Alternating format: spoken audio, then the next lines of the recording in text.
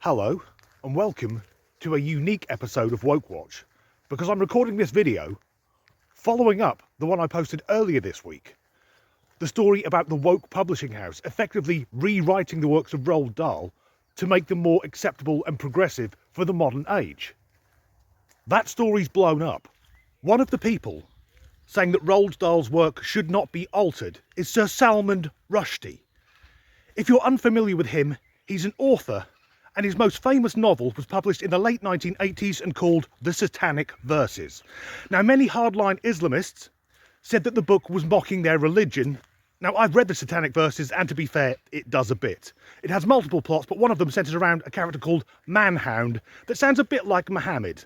And throughout the book, all the prostitutes have the names of the wives of the Prophet Muhammad. However, if we're talking about taking the moral high ground, ancient Islamist texts state that Muhammad was in his mid-50s when he married his youngest wife, Aisha, and she was 6. But don't worry, he didn't fuck her till she was 9. Anyway, the book caused such outrage that Ayatollah Khomeini of Iran issued a fatwa, effectively a death sentence for Salman Rushdie. He spent years in hiding, and just last year he was stabbed in the head by some Islamic nutjob. So if anyone is qualified to talk about the right to free speech, it's him. Actor Brian Cox also said the books should not be messed with. They are of their time, and of course they were written in the 70s and the 80s. The world was very different. And Brian Cox has been involved in an attempt to make Shakespeare more woke, and that was an utter disaster.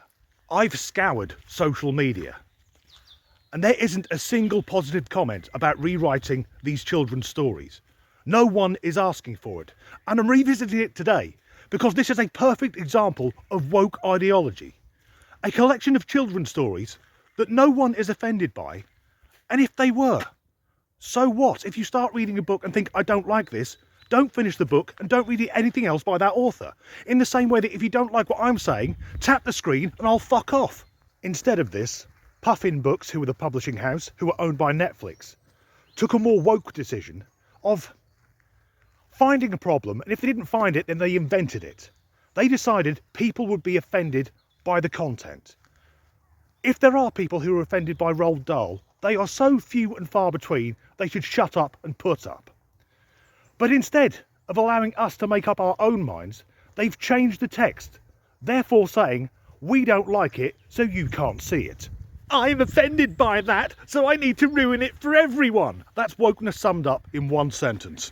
However, there is the phrase, go woke, go broke, and I'll predict that's what's going to happen. No one will buy the new editions of Roald Dahl's books because I think most of us are slightly disgusted by the idea that a book aimed at a 10-year-old that's been in print for decades has to be censored lest we find it too disturbing. And already the second-hand market is picking up. After work today, I went round some second-hand bookshops. I found one that had one book by Roald Dahl.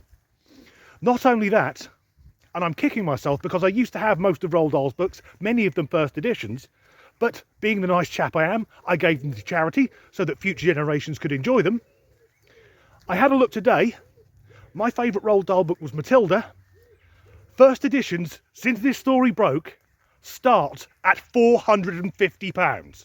So whichever little fucker has got my copy of Matilda, enjoy your PS5. And to add insult to injury, it transpires that not only are some of the words being changed in the novels, entire lines are being added. They're being called explainer lines. Because for some reason, these books, which have been out for over 30 years, some have been out over half a century, well, kids today suddenly are too thick to understand what's going on. For example, in The Witches are bald. It's okay, I can say that. They're not women, but they're trying to pass themselves off as women. Much like Dylan Mulvaney. So the line has been added. There are many reasons why women wear wigs, and there is certainly nothing wrong with that. Not only is that shit grammatically, it doesn't sound like Roald Dahl. Nonetheless, this whole sorry debacle does give me hope. You see, in less than a week, I've posted videos about women taking to social media to show their anger and frustration at being labelled as cis women, or birthing parents, or bleeders, and also having their discomfort at biological men identifying as women entering female-only spaces. Then we've had Jeffree Star, a cross-dressing gay man, calling out being gender non-binary as utter bullshit, and I guess I agree, because saying I identify as just means I'm pretending to be.